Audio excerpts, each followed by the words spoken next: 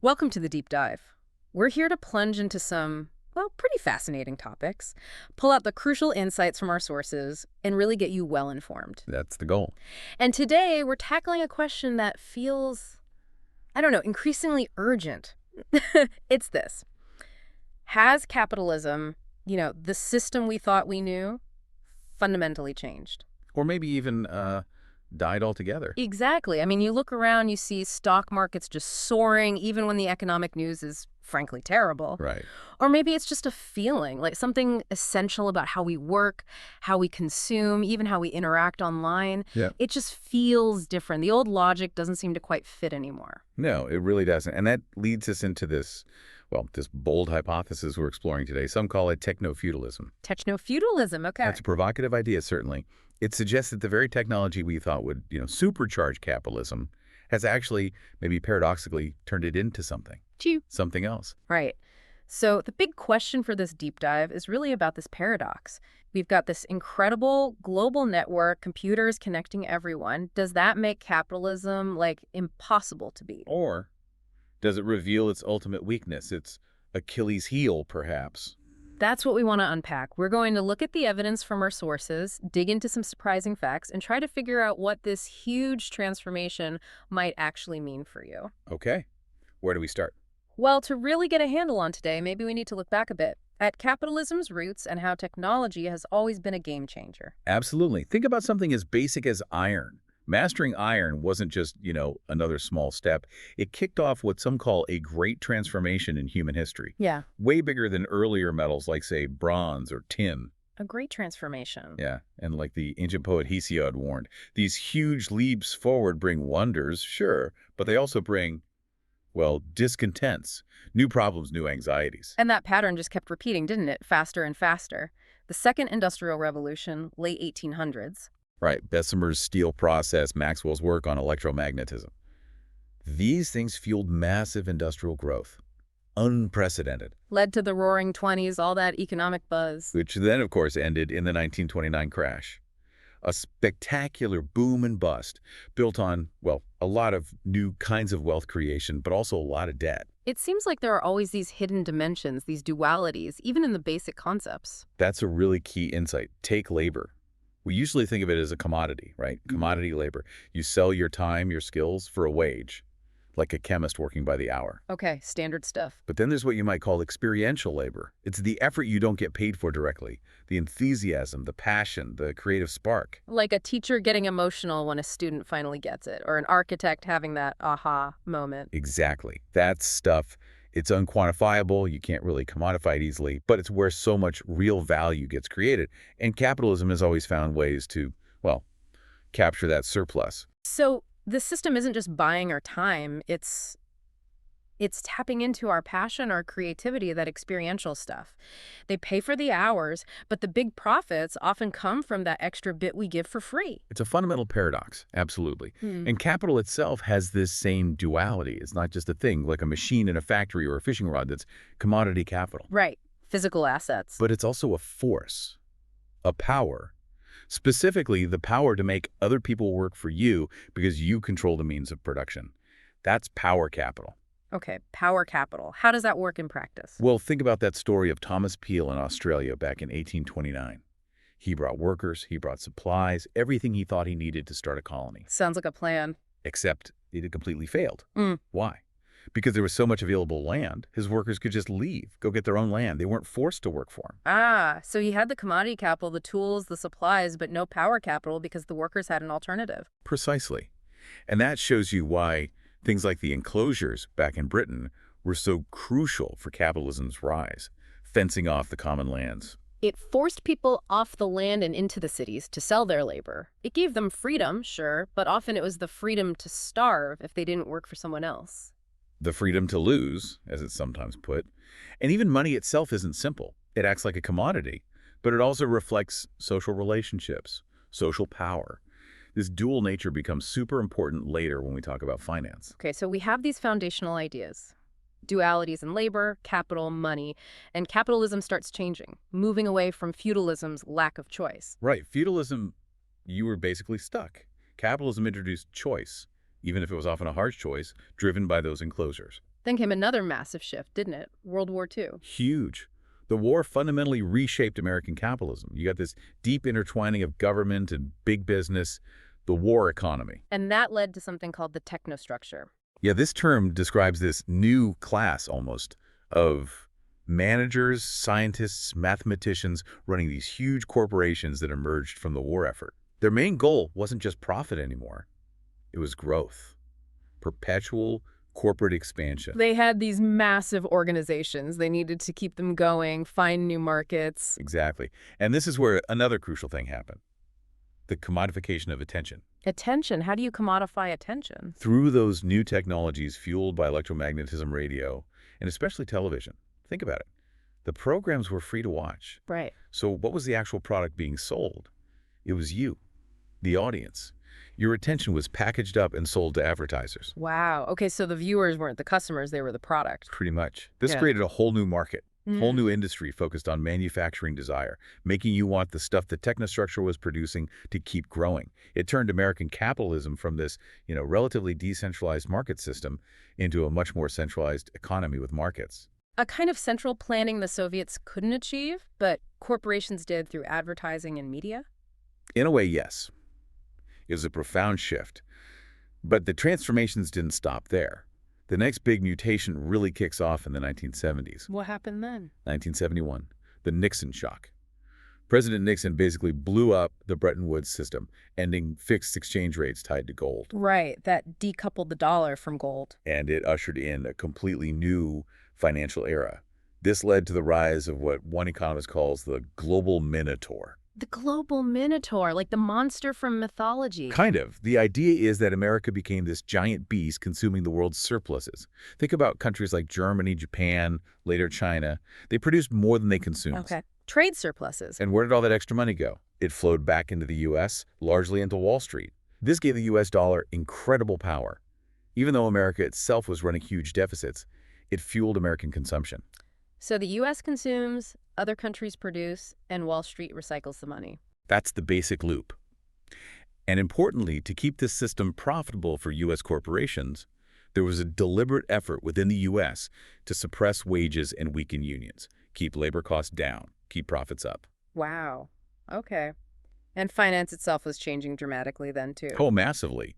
The deregulation that followed the end of Bretton Woods let bankers do something pretty amazing, or terrifying, depending on your view. They could essentially conjure money out of thin air. How? Well, lending wasn't strictly tied to having deposits anymore. Banks could create loans, effectively creating new money with keystrokes. And then came the explosion of derivatives. Derivatives. Those sound complicated. They are. Things like options. Financial instruments based on other financial instruments. Their complexity, often generated by computers, made the huge risks involved almost invisible. Until they weren't invisible anymore. Exactly. By 2007, the total value of these bets was something like 10 times the entire planet's annual income. Warren Buffett famously called them weapons of potential mass financial destruction. And the ideology of the time, neoliberalism, sort of justified all this. It absolutely provided the intellectual cover. It championed deregulation, attacked organized labor, and shifted enormous power from the real economy making things, providing services to the financial sphere. Bankers became the new masters of the universe. But like the mythical minotaur, this global minotaur couldn't live forever. No.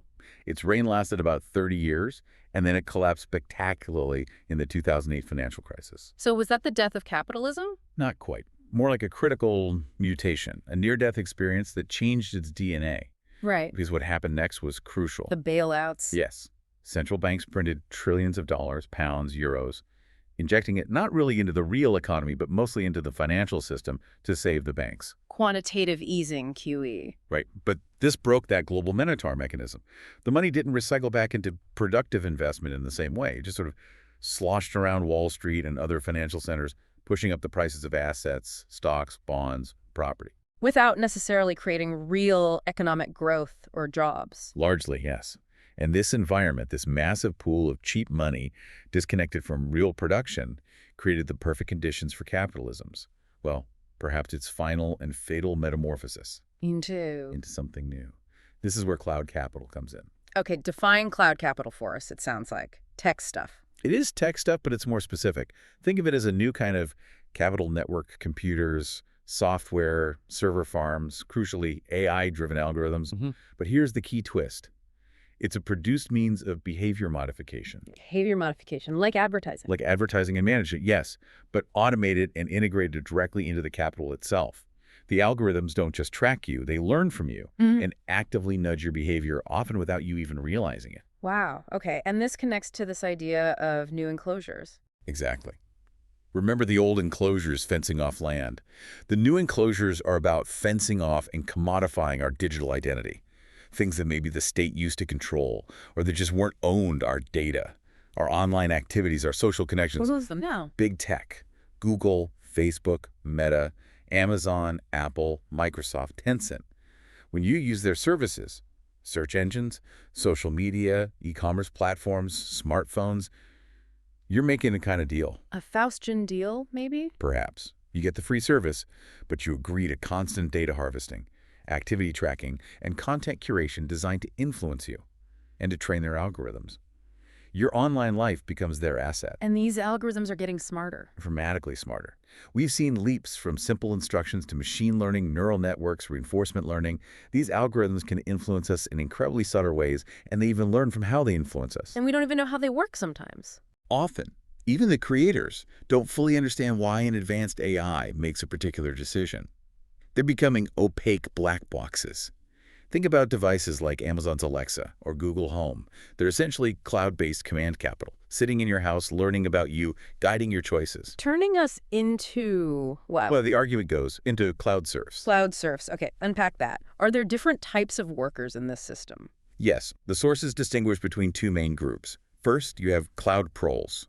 These are the precarious, often low-paid workers doing tasks mediated by cloud capital. Think Amazon McCandle Turk workers doing micro tasks, or maybe even gig workers managed by algorithms. Oh, cloud proles and cloud serfs. Cloud serfs. That's potentially most of us. Anyone who uses these digital platforms, why serfs? Because we're performing unpaid labor. Unpaid labor. How? Every time you post on social media, write a review, upload a video, even just click like or search for something, you are generating data, you're creating content, you're training the algorithms, you are actively reproducing and enhancing cloud capital. Without getting paid for that work. Precisely. The scale is mind-boggling. Billions of people constantly feeding value into these systems. Compare it to traditional companies where, say, 80% of revenue might go to wages and salaries.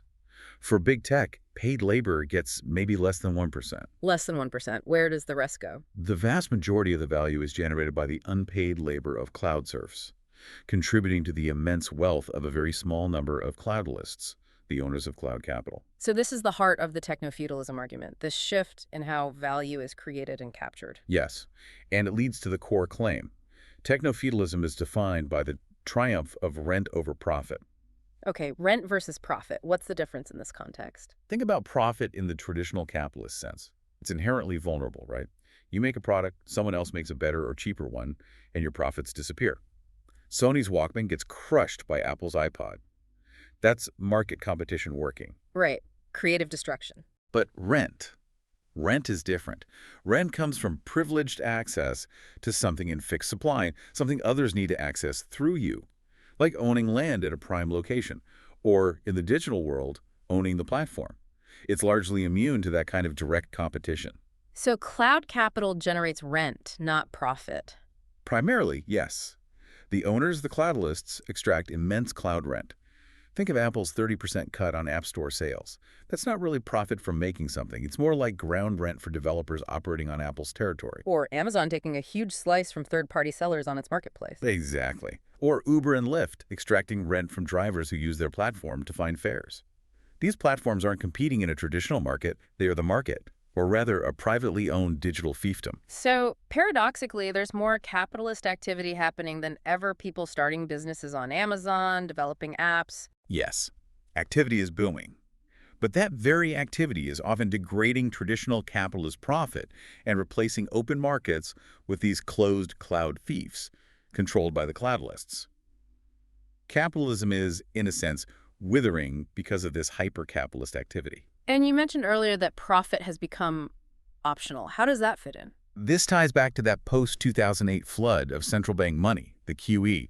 Remember, we saw markets rising even on bad economic news? Yeah, the everything rally. That massive injection of state money combined with austerity policies that discouraged investment in, building actual factories or infrastructure meant tons of money flowed into financial assets and especially into cloud capital. It was seen as the only game in town. So the cloudalists didn't necessarily need to make a profit from selling goods or services in the traditional way. Increasingly, no. Yeah. Their wealth accumulation became fueled more by rising asset values, driven by central bank money, and by the extraction of cloud rents. Profit from productive investment became secondary, almost optional. And Elon Musk buying Twitter or X fits this pattern. Perfectly, according to this analysis. His stated ambition to turn it into an everything app isn't primarily about traditional profit. It's about creating the essential digital gateway, a platform to attract billions of users, modify their behavior, extract their free labor data, and then charge all sorts of vendors, banks, retailers, service providers, massive cloud rents for access to those users. It's a play to become a dominant cloudalist, controlling a massive digital fief. Precisely. It's pure technofeudal logic. Okay, this is a pretty radical rethinking of the economy. What are the wider implications? Geopolitics. Daily life. They're huge. Let's start with the cost of living crisis, the great inflation we've been experiencing. How does technofeudalism play into that? How does it? Well, remember all that money printed since 2008. It inflated asset prices, sure, but when combined with pandemic supply shocks, it finally spilled over into consumer prices. And crucially, rent, unlike wages or profit, which tend to get spent back into the economy, often gets accumulated, stashed away by the cloudalists. So it doesn't circulate, leading to stagnation. It contributes to stagnation, yes, which then forces central banks to print more money to try and stimulate things, creating a kind of doom loop. And geopolitically, you mentioned a new Cold War. Yeah, this is fascinating. Historically, there was this implicit dark deal. The U.S. dollar was dominant, which benefited countries like China, allowing them to run huge surpluses and recycle that money into U.S. assets, like treasury bonds. Right, the global minotaur dynamic again. But now China is developing its own powerful cloud capital and cloud finance. Think platforms like TikTok, WeChat, and especially the digital yuan. How does that change the game? It allows China, potentially, to bypass the dollar system entirely. They can extract cloud rents globally, directly, seamlessly, without needing goods to physically move or payments to go through dollar-based networks. It challenges that dark deal. And the U.S. reaction, like freezing Russia's assets. That was a huge wake-up call for many countries, not least China. It showed the power the U.S. still wields over the dollar system, but it also massively accelerated efforts to find alternatives, like the digital yuan. So we're seeing the world split. It looks like it's bifurcating into two massive supercloud fiefs. One centered around the U.S. dollar and American tech platforms, the other around the Chinese yuan and Chinese tech platforms. A new Cold War, but fought over data flows, algorithms, and cloud rent extraction, driven by the interests of competing cloudless classes. What does that mean for places like Europe or the Global South? Well, Europe seems strategically sidelined, lacking its own competitive cloud capital and still largely dependent on Wall Street finance. The Global South faces immense pressure, new debt crises, and being forced to choose sides between the two emerging blocs. And climate change, does this make tackling it harder? Significantly harder, potentially. Yeah. This geopolitical rivalry risks splitting efforts, undermining global cooperation, and potentially even playing into the hands of fossil fuel interests who thrive on fragmentation. It looks worryingly like the world fragmenting into continental superstates, shades of Orwell's 1984. It's a pretty bleak picture. If this is technofeudalism, is there any way out? Social democracy seemed to tame capitalism for a while. But it seems ill-equipped for this new era. The political ground has shifted dramatically. Traditional left-right divides feel less relevant when both the mainstream center and the populist right often seem aligned with or captured by cloudalist interests. And the left. Often fragmented, perhaps focus more on identity politics than on representing the economic interests of these new exploited classes, the cloud proles, the cloud serfs, even the traditional vassal capitalists squeezed by the platform. So what would an alternative look like? What's the vision for escaping this? Well, the sources suggest some radical ideas. First, democratizing companies. Imagine workplaces owned by the workers. One employee, one share, one vote. Ending the split between wages and profits. Exactly. That could inherently curb financialization and break up huge conglomerates from the bottom up. What about money itself? Democratize money too. Maybe a public digital payment system run by the central bank, not private banks or tech companies. It could distribute a universal basic income or stipends. And how would you govern that? Perhaps through citizen oversight, like a monetary supervision jury of randomly selected people. You could even build in mechanisms for global fairness. Maybe levies on trade imbalances using a new digital currency, call it Cosmos, with the revenue funding green development in the global south. Treating the digital world and land as commons. Yes. Hmm. Imagine schemes where communities capture the value of commercial land, maybe through auctions to fund public services, and community-owned media funded by micropayments, free from advertising and behavior modification. Governance itself could shift towards things like citizens' assemblies chosen by lottery. These are big ideas. How could such changes ever happen? Rebellion seems hard when everyone's isolated on their screens. That's the barrier, the physical isolation. But here's the twist. The very tools of technofeudalism might hold the key to overcoming it. Cloud mobilization. Using their own tools against them. Precisely. Collective action changes in the cloud. Historically, organizing required huge personal sacrifice for uncertain gains. Think union strikes. Right, risky. But cloud mobilization can flip that. Minimal personal sacrifice can achieve large collective effects. Imagine millions coordinating to uninstall a particular app for a day, or a targeted payment strike against a utility company organized online, or pension funds boycotting firms with bad ethical records directed through online campaigns. Small actions multiplied by the network become powerful. Potentially very powerful. You could even imagine things like transparency viruses, ways to digitally expose hidden links between powerful cloudalists, governments, and bad actors. So it's not necessarily hopeless. Look, the possibilities are grim barbarism, climate collapse, they're real risks. But history suggests change is always possible. This idea of cloud rebellion offers a potentially new path, maybe towards what the sources call a leisured, freedom-maximizing, bottom-up communism. But it requires action, and there are no guarantees it will succeed. Okay, let's circle back to where we started, that big question. Has the internet made capitalism impossible to overthrow, or has it revealed its Achilles heel? Well, based on this deep dive, the answer seems really paradoxical, doesn't it? Yeah. It suggests the internet has killed capitalism, or at least mutated into technofeudalism. But in the very same process, it's handed us these incredibly powerful new tools for collective action, for imagining and maybe even building something completely different. So a final thought for everyone listening. In this world where our everyday clicks, our posts, our data are constantly feeding this new system, enriching the cloudalists, what small actions, maybe seemingly insignificant on their own, could we take collectively to start shifting that power? To redefine our digital future, what's the one thing from this deep dive that makes you think maybe a different path is possible?